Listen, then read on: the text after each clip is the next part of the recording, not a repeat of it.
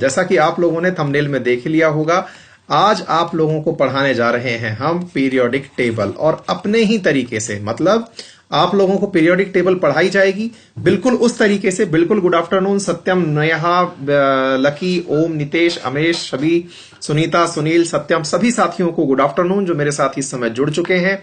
सभी साथियों का वेरी वार्म वेलकम। मेरे प्यारे साथियों, जैसा कि आप सभी को पता है, कोरोना का प्रभाव राजस्थान में बरकरार है और ऐसी स्थिति को ध्यान में रखते हुए हमारी सारी क्लासेस घर से ही ली जा रही हैं। ऐसी स्थिति में आप सभी लोग मुझे सुन पा रहे होंगे, ऐसी मेरी आशा है।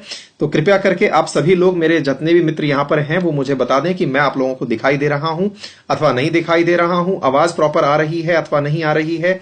ये कुछ इंफॉर्मेशन आप मुझे दे देंगे तो मेरे लिए अच्छा हो जाएगा, ताकि मैं समझ पाऊंगा कि हां, मैं आप लोगों के लिए विजिबल हूं। मेरे प्यारे साथियों, जैसा कि मैंने सवाल के अंदर लिखा, जैसा कि मैंने शुरुआत में आपको कहा, पीरियोडिक टेबल। साथियों, सबसे पहली बात यह होती है कि पीरियोडिक टेबल आफ्टर ऑल है क्या। साथियों, यहां पर शब्द होता है इसका हिंदी में आवर्त सारणी। साथियों, आवर्त सारणी का मतलब होता है कोई भी चीज पीरियोडिक तरीके से चली आए। पीरियोडिक तरीके से मतलब, जैसे भाई कभी एक समय था जब वर्ष था 1857, 57 के बाद समय आया 1858, ऐसे ही 1859, है ना। यानी कि ये समय जो था एक सीक्वेंस में चला आ रहा था। मतलब ऐसा था कि जो समय का फ्लो था वो एक पीरियड में था, एक क्रम में था। यानी कोई भी चीज, अच्छा बोले सर, अगर मान लीजिए ऐसा कोई कहे, जैसे आप लोगों को है ना नंबर सीरीज वगैरह जब पढ़ाते हैं, जब आपसे कहा जाता है कि भाई 2 के बाद बोले क्या आएगा, बोले अगर बोले 2 के बाद 4 आ रहा है, 4 के बाद 6 आ रहा है, तो बोले बाद में क्या आएगा, बोले सर फिर तो 8 ही आएगा, फिर 10 ही आएगा, फिर 12 ही आएगा। कहने का मतलब यह है कि आप लोग क्या करते हैं, जब भी कहीं पर यह चीज पूछी जाती है कि क्या ऑर्डर है, क्या प्रोसेस फॉलो हो रहा है, ऐसी स्थिति में आप लोग पीरियोडिसिटी वर्ड का उपयोग करते हैं।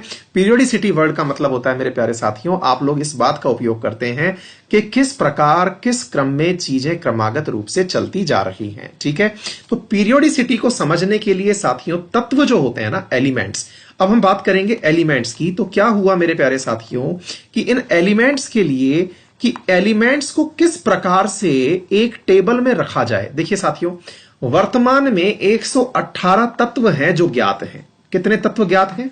118 तत्व ज्ञात हैं।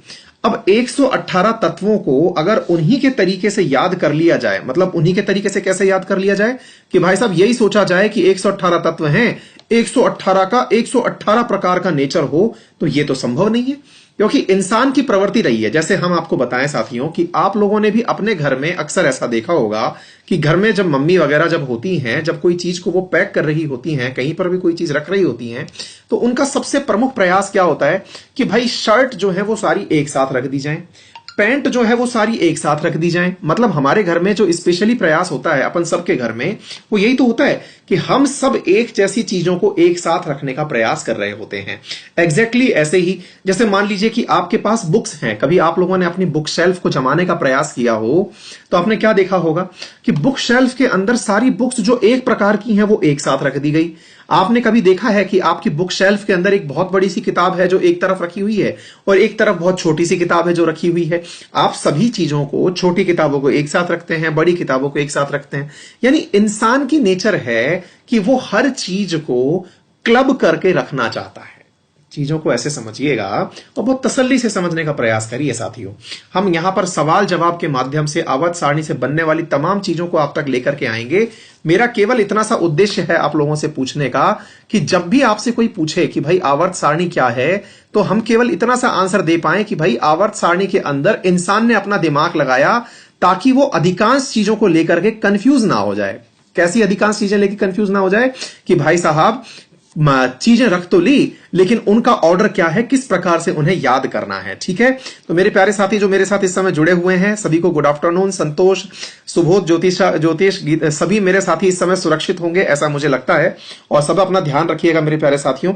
ये सब चीजें तो एक तरीके से क्या है, पीरियोडिक टेबल मेरे प्यारे साथियों इन तत्वों की एक किताब है। आप ऐसे समझिए कि जो हमारे पास में एलिमेंट्स है ना, इनकी एक किताब है पीरियोडिक टेबल। मतलब 118 तत्व अगर हमारे पास ज्ञात हैं तो इनकी एक किताब का नाम क्या है? वो है मेरे प्यारे साथियों पीरियोडिक टेबल। ठीक है, 118 तत्व। अब एक बात बताइए, अपन कई बार ऐसा नहीं होता, अपन स्कूल में याद करो, अपन स्कूल में भी जब पढ़ने गए सबसे पहले, तो स्कूल के टीचर ने बड़ी समझदारी करी हमारे साथ। क्या किया? स्कूल के क्लास टीचर ने जो एक जैसी हाइट वाले बच्चे थे उन्हें प्रेयर के ग्राउंड में खड़ा किया, तो एक जैसे खड़ा किया। आप याद करो मित्रों, शायद आपको याद आ जाए, आप लोग ना कुछ इस प्रकार से खड़े होते थे। देखिए मैं बताता हूं, बुरा मत मानिएगा, आप कुछ इस प्रकार से खड़े होते थे। और जिनको मेरी बात समझ में आ जाए वो समर्थन जरूर दें कि हां सर आप बिल्कुल, आपको कैसे पता? भाई साहब मैं भी तो ऐसे खड़ा हुआ था। मतलब क्या हुआ, हम सब लोग इस प्रकार से खड़े होते थे मित्रों कि जो सबसे लंबा भाई होता था ना अपना, वो सबसे एंड में खड़ा होता था। याद है?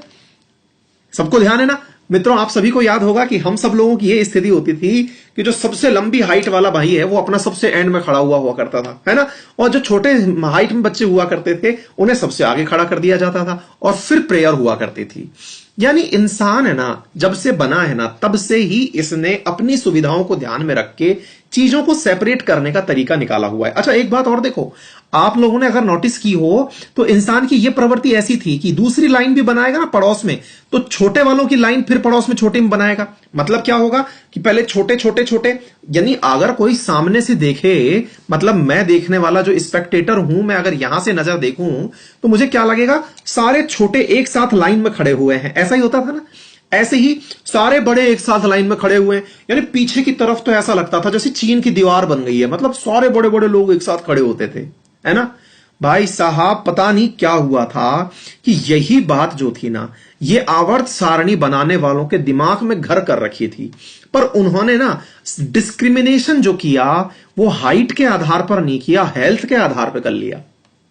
उन्होंने जो डिस्क्रिमिनेशन किया वो हाइट के आधार पर नहीं किया, अपितु हेल्थ के आधार पर कर लिया। जैसे मेरे जैसे जो भाई लोग थे वो सबसे पीछे खड़े कर दिए, मतलब हेल्दी जो लोग थे उनको उठा के सबसे पीछे डाल दिया, और जो बेचारे छोटे छोटे बालक थे, आप जैसे जो थे, इनको लाइन में आगे आगे खड़ा कर दिया। मतलब समझिए मित्रों, आवर्त सारणी के अंदर जो सबसे बड़ी चीज पीरियोडिक रूप से देखी गई, देखिए यही तो है पीरियोडिसिटी, यानी लगातार बढ़ते हुए क्रम में आप जा रहे हैं। मेरे प्यारे साथियों, आवर्त सारणी में विशेष रूप से इस बात का ख्याल रखा गया। देखिए इधर की तरफ आपको जो ये चीज दिखाई दे रही है मित्रों, इसमें क्या ख्याल रखा गया था? यहां पर यह बात का खास ख्याल रखा गया कि जब आप आवर्त में नीचे की तरफ आ रहे हैं, यानी कि टुवर्ड्स ऊपर से नीचे की तरफ जब आप आ रहे हैं मित्रों, तो आप लोगों को यहां पर साइज जो है वो बड़ा दिखाई देने लगा। मतलब क्लास के सारे हेल्दी बच्चे जो थे वो नीचे थे और सारे जो छोटू छोटू बालक थे वो इधर खड़े थे। ये सारे अपने छोटू छोटू बालक हैं। अब एक बात बता दो, मैं इन छोटू बालकों को ना साइज के हिसाब से दिखाना शुरू कर रहा हूं, आप बुरा मत मानिएगा। हम सब लोग सबसे नीचे खड़े हुए हैं। देखो भाई, ये था कोई आप जैसा छोटा बालक, फिर ये थोड़ा और बड़ा बालक, ये और बड़ा बालक, ऐसे करते करते बड़े बालक और बड़ा बालक और बड़ा बालक। भाई मेरे जैसे बालक तो ऐसे थे कि 2 सीट पे एक साथ बैठते थे। मतलब समझ रहे हो आप? मतलब ये हुआ साहब, इतने बड़े बड़े बालक। मतलब क्या था? बोले सर ये क्या दिखा रहे हो, साइज है। बोले सर आपका साइज तो देख के समझ में आ जाता है, लेकिन तत्वों का साइज देख के कैसे समझें? तो मेरे प्यारे साथियों, तत्वों का साइज कैसे देख के समझना है, इसके लिए आप लोगों को एक वर्ड समझना होगा, और वो है मेरे प्यारे साथियों, उसका नाम है परमाणवीय त्रिज्या। क्या नाम है? परमाणवीय त्रिज्या। जो आपको शब्द समझना होगा वो है साथियों परमाणवीय त्रिज्या। आइए बात करते हैं, हम किस चीज की बात कर रहे हैं, एक एक करके आपके साथ में साझा करते हैं। हम बात कर रहे हैं मित्रों आपके साथ में परमाणवीय त्रिज्या, जिसको आप लोग कहते हैं एटॉमिक रेडियस। क्या कहते हैं? Atomic radius. हम किस बात की बात कर रहे हैं? Radius, atomic radius. ठीक है भाई, एटॉमिक रेडियस को हम कहते हैं परमाणवीय त्रिज्या। परमाणवीय त्रिज्या। तो बोले सर ये क्या चीज होती है? अरे मैंने कहा यार एक बात बताओ, आप लोगों को देख के नहीं लग गया क्या कि अंकित सर आपका जो साइज है ना वो थोड़ा सा ज्यादा है? मतलब बोले सर आपको देख के ऐसा लगता है कि आपकी कमर का साइज जो है ना वो 38, 40, 45 टाइप का होगा, जबकि सर और बच्चों को देख करके ऐसा लगता है कि सर उनका जो कमर का साइज है वो 20-25 के आसपास ही होगा। मैंने कहा हाँ भाई, माल न्यूट्रिशन के शिकार वो हैं और सुपोषण का शिकार मैं हूं, हम दोनों ही बीमार हैं।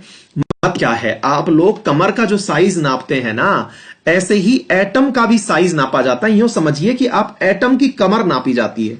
अब इस एटम की कमर जब नापी जाती है ना साथियों, तो रेडियस नापने का एक तरीका है। देखिए, एक चीज होती है भाई, अपनी कमर नापती है तो पूरी पेरीफेरी नापती है, अपनी कोई त्रिज्या थोड़ी नापता है। यानी कि नापने वाला यूं थोड़ी कहता है कि अंकित अवस्थी आपके पेट के बिल्कुल बीचों बीच घुसूंगा और यहां से इंच टेप लेके नापूंगा। ऐसा नहीं होता ना, हम सबको चारों तरफ से नापा जाता है।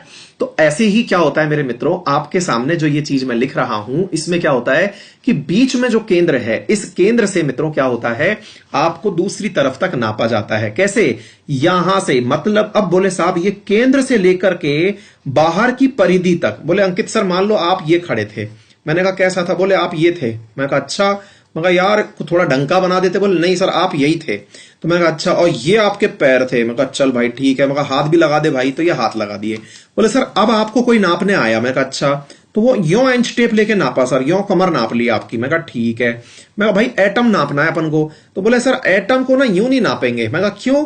बोले एटम है ना सर, वो बीच में से खोखला है, वो बीच में से खोखला है। बोले गुरुजी आपके पेट में से मान लो हमने यहां से यूं नाप दिया होता तो फिर आपकी चीर फाड़ करनी पड़ती ना, एक पैंट के लिए इतना खर्चा क्यों करें? तो आप लोगों को चारों तरफ से नापा गया था सर, लेकिन एटम को जब नापना था ना सर, तो हमने सेंटर से होकर के यूं नाप लिया। मैंने कहा क्यों? बोले सेंटर में खोखला है सर ये। मैंने कहा अच्छा, और मैं कहा इसके सेंटर में क्या है? बोले सर इसके सेंटर में बैठा हुआ है न्यूक्लियस। क्या बैठा हुआ है मित्रों? न्यूक्लियस बैठा हुआ है, ठीक है ना।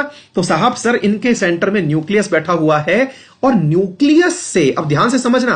मैं कहा भाई यार एक बात बताओ, पैंट नापते हो तो आप मेरी कौन सी सतह नापते हो? बोले आपकी जो स्किन दिख रही है ना बाहर एकदम सर। मैं कहा हाँ सर, वहां पे से नाप लेंगे। मैंने कहा अच्छी बात है। तो बोले ऐसे ही एटम की जब स्किन नपेगी ना मित्रों, तो ये एकदम बाहर जो बॉर्डर बना हुआ है ना, ये नपता है। मतलब क्या हुआ? न्यूक्लियस से बाह्यतम, ये ध्यान से समझना मित्रों, क्या न्यूक्लियस से बाह्यतम कोश के बीच की दूरी, कोश के बीच की दूरी, यही क्या है मित्रों? न्यूक्लियस से बाह्यतम कोश के बीच की जो दूरी है, यही तो है आपकी परमाणुवीय त्रिज्या। तो परमाणुवीय त्रिज्या क्या है? न्यूक्लियस से, यही है एटॉमिक रेडियस। अरे सर एक बात बताओ, कॉमन सेंस लगाने की बात है। मान लीजिए कोई ए तत्व है। हाँ भाई सबको समझ में आ रहा है? हाँ भाई सबको क्या है, हंसी तो पता है आप लोगों को क्यों आ रही है, मुझे समझ में आ रहा है। बहुत सारे मित्रों को जबरदस्त हंसी आ रही है इस समय। इस समय साहब ये ऋषि है, ओम प्रकाश है, सनी सैनी है, इन सबको बहुत हंसी आ रही है, मुझे पता है। ये सब मेरी कल्पना कर करके हंस रहे हैं कि हाँ गुरुजी आप तो वाकई में घने भारी हो, और इसके स्थिति में तो आपका मामला टाइट है गुरुजी। तो ऐसी स्थिति में साथियों अगर कोई मुझसे पूछे कि यार मोटे लोगों की लाइन लगानी है, तो बोले सर मोटा मत कहो, आप थोड़ी इज्जत दो। हमने कहा क्या कहो? आप ये कह दो जिसके कमर का साइज 40 है वो सबसे पीछे खड़ा हो जाए, और जिसकी कमर का साइज 20 है वो सबसे आगे खड़ा हो जाए। अरे मैंने कहा यार अपन आदमियों की बात थोड़ी कर रहे हैं। बोले तो मैं कहा अपन बात कर रहे हैं एटम की। तो बोले एक काम करो सर, एटम के केस में आप ऐसा कहो कि जिसकी एटॉमिक रेडियस सबसे छोटी है ना, वो सबसे आगे आके खड़ा हो जाए। कौन खड़ा हो जाए? जिसकी एटॉमिक रेडियस सबसे कम है वो सबसे आगे आके खड़ा हो जाए। बोले सर ऐसा कौन महारथी है जो सबसे आगे खड़ा होगा? मैं गजब बात करी। मैंने कहा ये बैठा बेचारा छुन्नू मुन्नू सा अपने आगे आगे। बोले कौन है ये? बोले सर ये बिल्कुल भाई विश्वजीत नायक, आपका नाम भी ले लिया, ठीक है। तो बोले तो अब आ जाएगा सब यहां से। तो अब यहां पर क्या है मित्रों, ये जो आपको दिखाई दे रहा है ना, छोटू मोटू सा बैठा हुआ हाइड्रोजन, इस हाइड्रोजन की बात मैं आपको बताऊं, आपको आनंद आएगा। ये हाइड्रोजन अपना ऐसा है, इसके बारे में मैं बताता हूं आपको, ये बड़ा नालायक टाइप का है। ये नालायक इतना छोटू सा है, ये सबसे आगे बैठा हुआ है, यहां पे बैठा हुआ है। अच्छा, और ये सबसे आगे बैठा हुआ है, यहां पर ये बड़ी त्रिज्या वाले लोग बैठे हुए हैं। तो असल में अब हम किसकी बात करने वाले हैं मित्रों?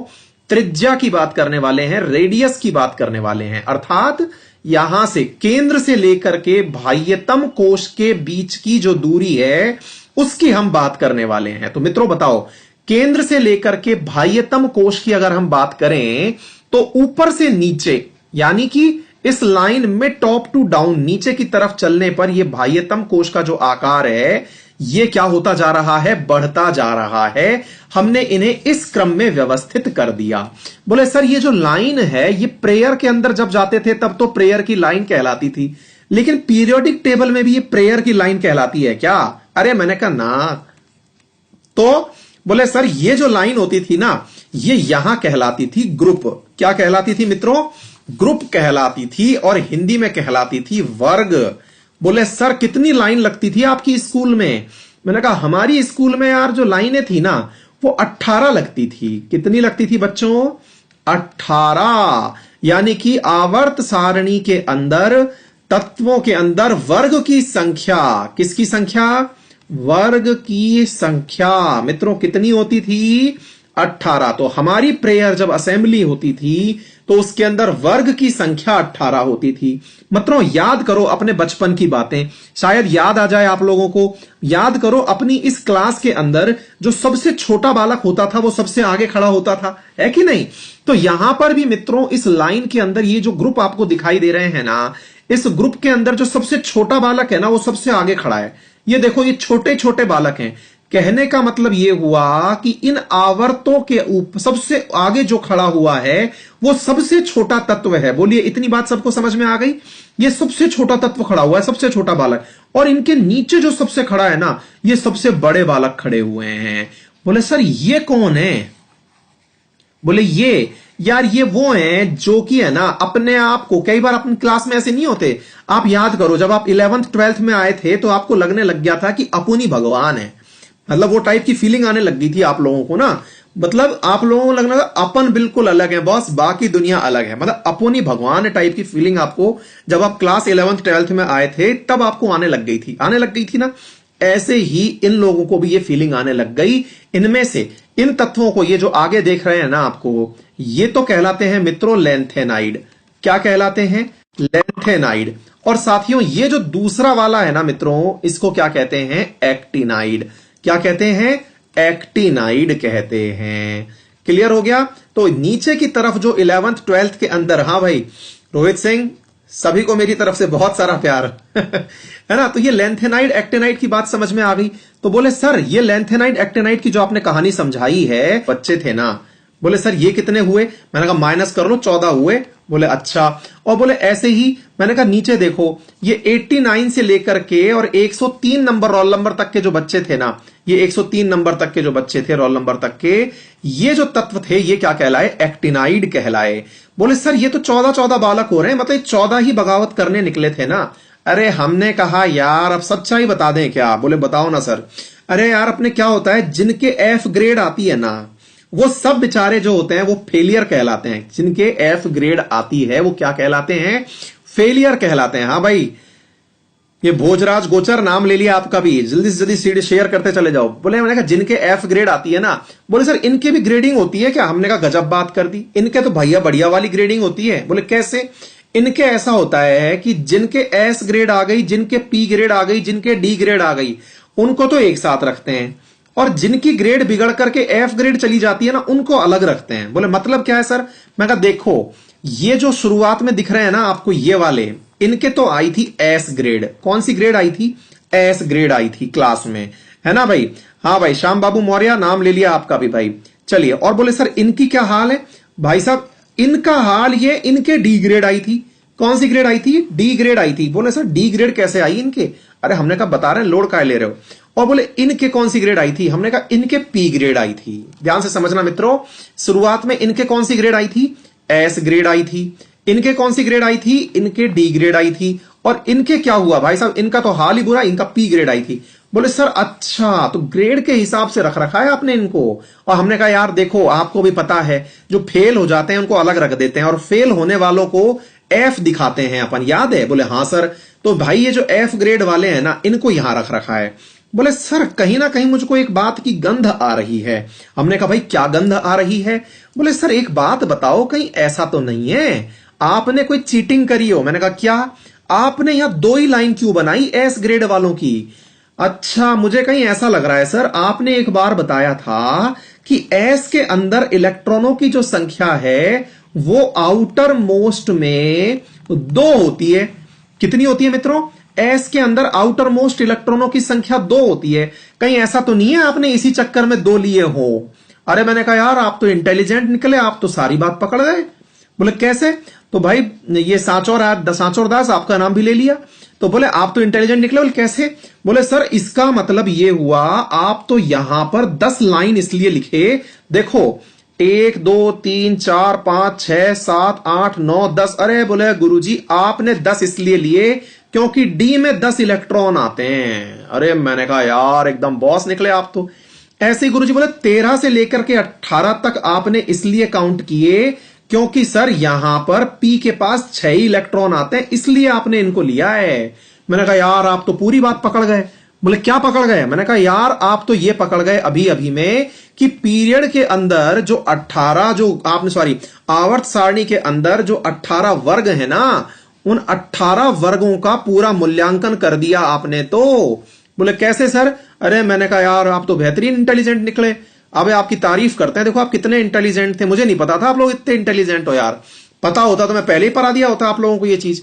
भाई साहब आप इतने इंटेलिजेंट निकले कि आपको पता चल गया कि यहां पर 18 वर्ग हैं और आपने अपनी इंटेलिजेंसी का प्रदर्शन ऐसे किया कि आपने इन 18 वर्गों में कहा कि सर शुरुआत में तो 2 वर्ग थे, ठीक है ना, इधर की तरफ बोले गुरुजी 10 वर्ग थे और इधर की तरफ जो थे यहां पर गुरुजी 6 वर्ग थे, ठीक है ना।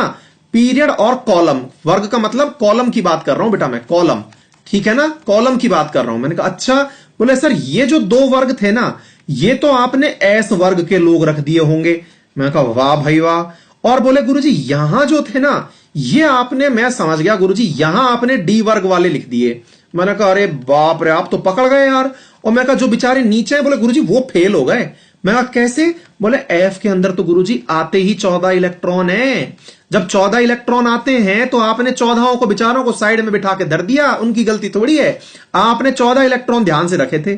क्या आप सभी को मेरी बात समझ में आ गई? तो मेरे प्यारे मित्रों आपको अब यह बात समझ में आनी चाहिए कि यहां पे जो ग्रुप का निर्धारण हुआ है ना मित्रों, वो किस आधार पर हुआ है, मतलब ग्रुप का जो निर्धारण हुआ है वो किस आधार पर हुआ है, मतलब ग्रुप की बात कर रहा हूं बच्चों में। ग्रुप का निर्धारण किस बात पर हुआ है कि यहां पर आउटर मोस्ट में कितने इलेक्ट्रॉन हैं। उम्मीद है सबको समझ में आ गई होगी। अगर आउटर मोस्ट में इलेक्ट्रॉन आपके एस आउटर मोस्ट में जो इलेक्ट्रॉन है अगर वो एस सबशेल में है तब तो उनको आपने पहले और दूसरे वर्ग में रखा। अगर आउटर मोस्ट में इलेक्ट्रॉन D1 से लेके D10 तक है तो आपने उनको 2 से लेकर के 12 नंबर तक के ग्रुप में रखा। मित्रों ये याद रख लेना, यही सवाल आप लोगों से पूछा जाता है बच्चों। क्या पूछा जाता है? अगर यहां पर ये जो इलेक्ट्रॉन है यदि डी में जाएंगे तो डी के नंबर कहां से कहां तक आते हैं बच्चों? डी के नंबर आ रहे हैं आप लोगों के कहां से कहां तक, मैंने आपको बता दिया। आप मतलब वर्ग का नंबर 2 से लेकर के आप लोगों के 13 तक, सॉरी 2 से लेके 12 तक, यहां पे 13 से 18 तक और यहां पर पहले से दूसरे तक। तो उम्मीद है मेरे प्यारे साथियों आप लोगों को आवर्त सारणी का आज परिचय समझ में आ गया होगा। और अब धीरे धीरे हम आपको आवर्त सारणी इतने बढ़िया तरीके से पढ़ाएंगे कि आवर्त सारणी को तो आप चुटकी में बना के निकाल दोगे। उम्मीद है आप सभी साथी, मेरे प्यारे साथी जितने भी मेरे साथ जुड़े हुए हैं, आपको हमारा ये प्रयास पसंद आएगा। और मेरे प्यारे साथियों अपनी जो मॉर्निंग वाली 2.0 पर क्लास होती है वो क्लास आपकी यथावत चल रही है। आप साथीगण उस क्लास को अवश्य देखें। उस क्लास के लिए भी और इस क्लास के लिए भी हम घर से ही क्लास ले रहे हैं क्योंकि राजस्थान पूरा लॉकडाउन है, हम स्टूडियो नहीं जा पा रहे हैं, लेकिन आपकी क्लासेस बहुत अच्छे से लेंगे, ठीक है ना। चिंता मत करिए, बढ़िया बढ़िया सेशन लेकर के आपकी पीरियोडिक टेबल खत्म कराएंगे। उम्मीद है मेरे साथीगण सभी मुझे अपना समर्थन देंगे। और मित्रों मेरा रेफरल कोड है अंकित 10। आप लोगों के एसएससी के लिए जल्दी ही CHSL में, ध्यान से समझ लेना, एसएससी CHSL के अंदर मैं आप लोगों के लिए क्लास लेके आ रहा हूं क्रैश कोर्स के लिए। अगर आपको स्टैटिक जीके मेरे साथ पढ़ना है तो मैं अनअकैडमी पर मेरे प्यारे साथियों क्लास लेके आने वाला हूं आप लोगों के लिए। CHSL अनअकैडमी पर मैं क्रैश कोर्स लेके आने वाला हूं स्टैटिक जीके का। स्टैटिक जीके का अगर आप में से कोई भी साथी मेरे साथ पढ़ना चाहता है तो मेरा रेफरल कोड है अंकित 10, उसको यूज करके मेरे साथ पढ़ ले। और रेलवे वाले भी मेरे साथ अगर डिटेल में जनरल साइंस पढ़ना चाहते हैं तो इनको भी मैंने पढ़ा रखा है, तो ये भी मेरे साथ पढ़ लें रेफरल कोड अंकित 10 यूज करके। उम्मीद है मेरे प्यारे साथी अपना समर्थन देंगे। सभी मेरे प्यारे साथियों का बहुत बहुत धन्यवाद। ईश्वर आपको खुश रखे, सुरक्षित रखे, स्वच्छ रखे, कोरोना से बचा कर रखे। आप सभी को बहुत सारा प्यार। Thank you so much.